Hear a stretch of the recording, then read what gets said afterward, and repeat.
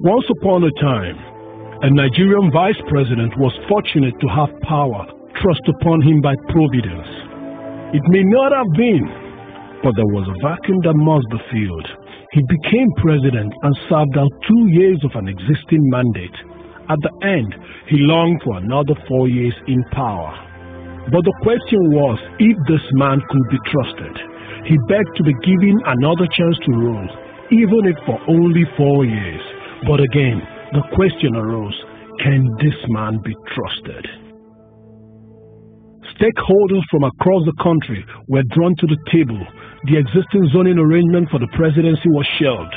An understanding was reached and a pact was sealed that President Goodluck Jonathan would rule for another 4 years only. And therefore supports and endorses President Goodluck Jonathan to contest the 2011 election as the PDP presidential candidate for a period of 4 years only. Just as he craved. But 3 years down the line, Mr. President set out to deny, alter, and possibly demolish the mutual agreement that brought him to office. President, was there any time you signed or entered into an agreement that you're going to I've not signed agreement with anybody. Was there a gentleman agreement that now, if I have signed agreement, they would have sued you. I didn't say, oh, Jonathan is not going to contest election, not going to contest away.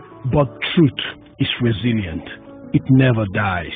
Now the question on the lips of every Nigerian is, did President Goodluck Jonathan actually enter into a one-term agreement? Sit back, judge for yourself as the truth unfolds. January 31st, 2011. The Nigerian Television Authority in its 9 p.m. network news reported President Goodluck Jonathan's trip to Addis Ababa, where he addressed Nigerians at the Embassy Conference Hall. A very good evening. I'm Mujima Kojola, and reading with me tonight is Muhammad Kuda Wakar. Good evening. President Goodluck Jonathan says he will not contest for the presidency in 2015. The president, who is in Addis Ababa, Ethiopia for the AU summit, he was speaking to Nigerians resident in Ethiopia, most of them working in the African Union and the United Nations. On the 26th of March 2011, at the Eagle Square, Abuja, the then Board of Trustees chairman of the PDP and former president of Nigeria, Chief Olusegun Obasanjo, rendered a glowing commendation to President Goodluck Jonathan for opting to serve for only one term. He even described President Jonathan's resolve as statesmanly. And the president was seated right there with his wife. There is press report that Dr. Goodluck Jonathan has already taken a unique and unprecedented step of declaring that he will only want to be a one-term president. Whether we know it or not, that is a sacrifice, and it is statesmanly. On the 16th of December 2010, the NTA reported the endorsement of a one-term agreement between President Jonathan and 20 PDP governors led by Governor Shema, implying that Jonathan will not contest the 2015 presidential election.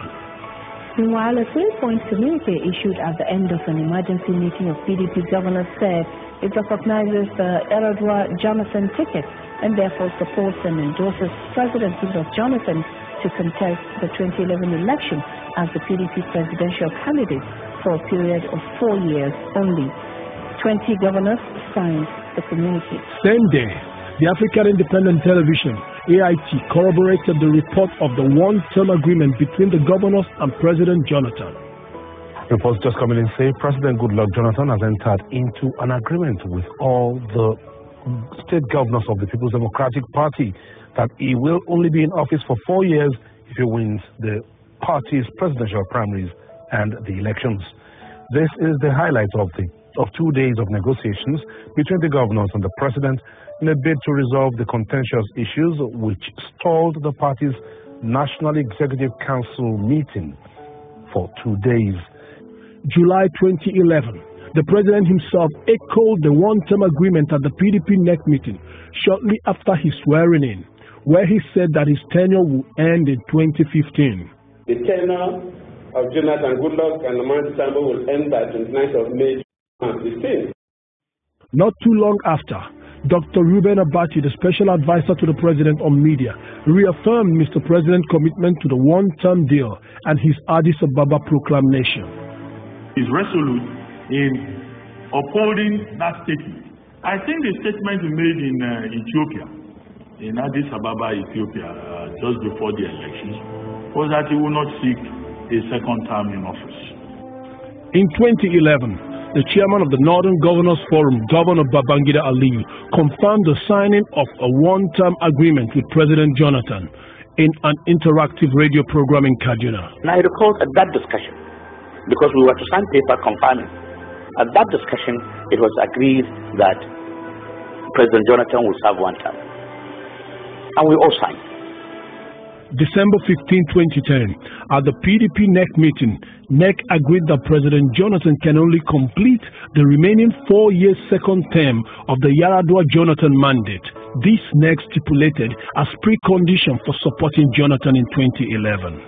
If this president was alive today, we will not be contesting his right to run for a second term under our national constitution. It will be his entitlement. That being the case, the party believes rightly that Dr. Goodluck Jonathan, who is part and parcel of that mandate, has a right to contest the remaining of that joint ticket in 2011. In 2013, the former president maintained that President Jonathan indeed agreed to a one-term deal. There is one issue that the President Jonathan said, and not only once, twice, publicly, not only in Nigeria, outside Nigeria, that he has one term. And he said that to me, and I said that. We cannot all be wrong. Not even the director of his presidential campaign, Alhaji Dalhatu Tafida, was left out in the public affirmation of the one-term pact.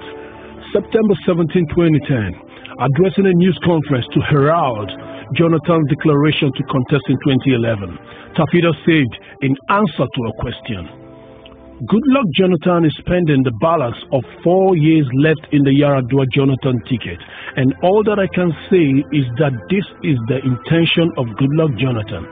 We should give him the 4 years and see how he performs. In any case, this is intention, to spend the balance of 4 years only. No matter what may be at stake, Nigerians, the words of a president must bear integrity. Former Vice President Atiku Abubakar clearly captured public expectations of Mr. President during the PDP presidential primaries in 2011 when he said, "Our words must be our bond." That is not the kind of person who would entrust the fate of this country. Our word must be our bond. Former President Olusegun Obasanjo also shared similar sentiments and said as much. And I believe that one of the things that is very important in the life of any man or any person is that he must be a man or a person of his word. That, to me, that is important. You must be trusted. Your word must be your word.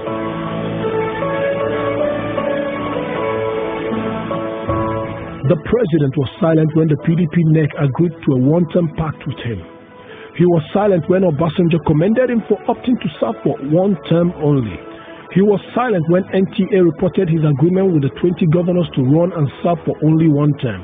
He was silent when the AIT also reported the one-term pact.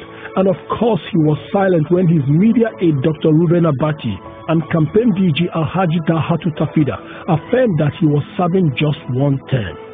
And the question is, would the stakeholders who agreed to back him in 2011 have done so if they knew he was actually planning to be in office for 10 years? This is a clear case of a mandate obtained by deceit. When barefaced lies become instruments of governance, leadership is imperiled. Nigerians, is this the leader we deserve? Let your votes respond to these lies. Truth never dies. This message is supported by the PDP Stakeholders Forum, Lawyers in Defense of Democracy, and the National Youth Leaders Council.